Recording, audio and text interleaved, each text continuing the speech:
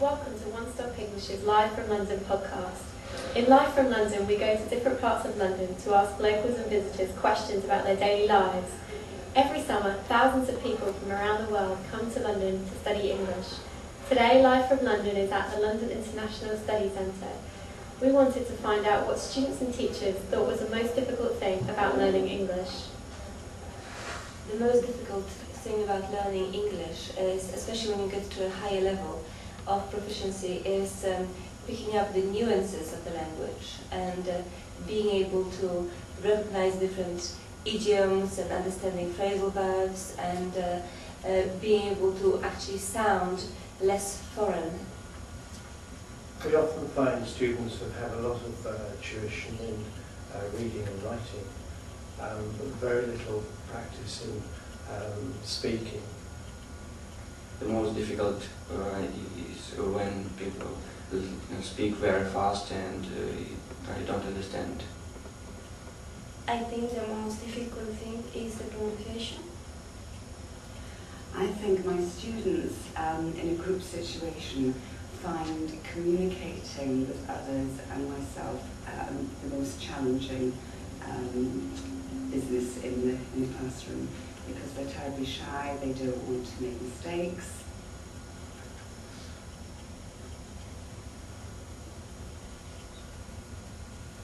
Okay, I think you get the idea. And I think that I've used that in class, and it is motivating for students, although there are sometimes problems with authentic materials. One of the problems with authentic materials, perhaps not so much with that one, but as any teacher knows, if you try to bring in something from the real world into the classroom, is that it's often too hard. And anything below, in my case, an intermediate student, and I bring in a real listening text or a reading text that's authentic, I am in very much danger of getting sucked into the spiral of explaining words, explaining cultural things. Has this ever happened to you?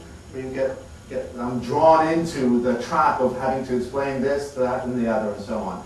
And that's why lots of teachers in the end sort of start shying away from using too many authentic materials. And I think that's a good reason against using authentic materials. But there are other ones that other scholars have mentioned, which are quite interesting as well. I'm passing on to the next slide now, the slide with the black background. And one is, just because it's authentic, it doesn't mean it's going to be any more or less successful than an inauthentic text. So a lot of my work as a trainer is observing teachers, novice teachers. They want to bring in something authentic, and they say, you know, I want to really do something real with them. And they fall into the same trap, or they deliver not so good a lesson, and it didn't really matter if it was authentic or not. Another more sophisticated argument is that anything that's authentic and taken away from that context and put into a language classroom becomes, almost by definition, inauthentic. Okay? So a newspaper that, or some kind of advertisement that's meant to reach an audience who's going to buy it, but then you use it in the language classroom and study the language of the advertisement, some would argue this is now no longer an authentic text. The other thing is, it can be hard to spot the difference. And I wanted to do an experiment with you. On your handout, I have taken 5 texts, and can you see which ones are authentic? Some of these are taken from websites or the internet, and which ones were written especially by my colleague on the Straightforward project, Philip Kerr, for an upper intermediate course book. Okay? I challenge you, I dare you, find the course book text, the evil and inauthentic text, all right? Try it with a partner, just see if you can spot it. Or them, there may be more than one.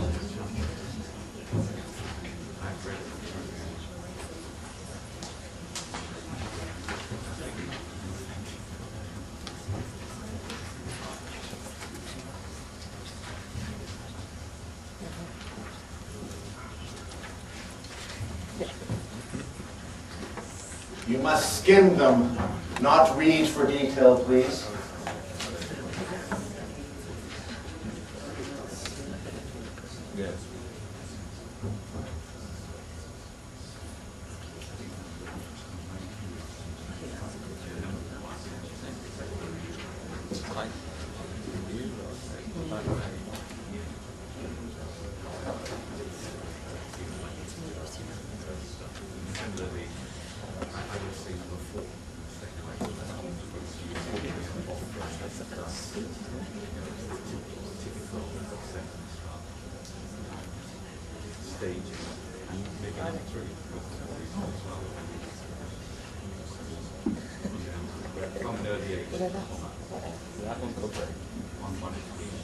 Okay, I'm going to leave you in terrible anticipation because I'm not going to tell you till the end which ones were authentic and which ones weren't.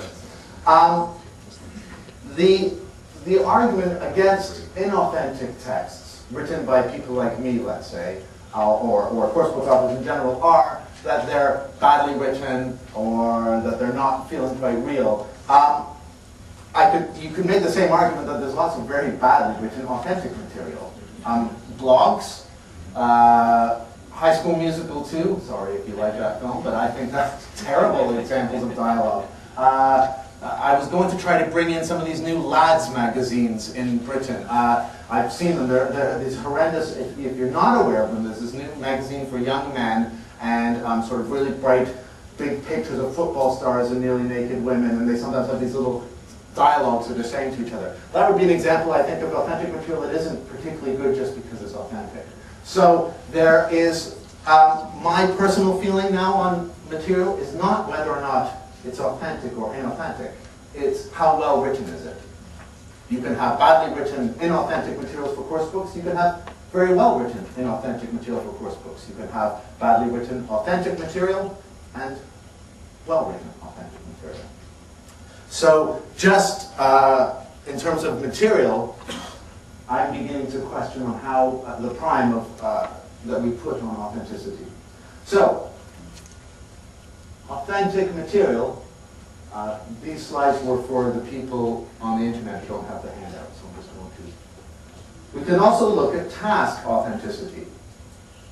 An authentic task is often defined as a task that one would do in the real world, or is useful for the real world. The one example, when I asked different teachers, I said, give me an example of a real world task that you could do with students. Often came up, I don't know, buying a ticket, going to a restaurant or something, but often it was that buying a ticket came up quite a bit. So that's why I put the picture of the train station there. But again, authentic tasks, I think, sound good, and I think they are worthwhile, but they aren't without their problems either. And also, some of the problems are, again, back to the idea of the classroom. If you are buying a ticket in a classroom situation, I don't think that's very authentic. I don't think that's any more authentic than a gap fill, because you're still in class. In other words, we don't do gap fills and dictations out in the real world, but we don't pretend to buy tickets across a wooden desk with 30 other people in the real world either. We buy tickets at a ticket station or a train station. And in fact, anytime I bought train tickets or anything anywhere around the world, I don't use that much English at all. I just say Exeter, and I might get a singular return if I'm lucky, meaning that they say that to me. But I don't really use that much English in that task.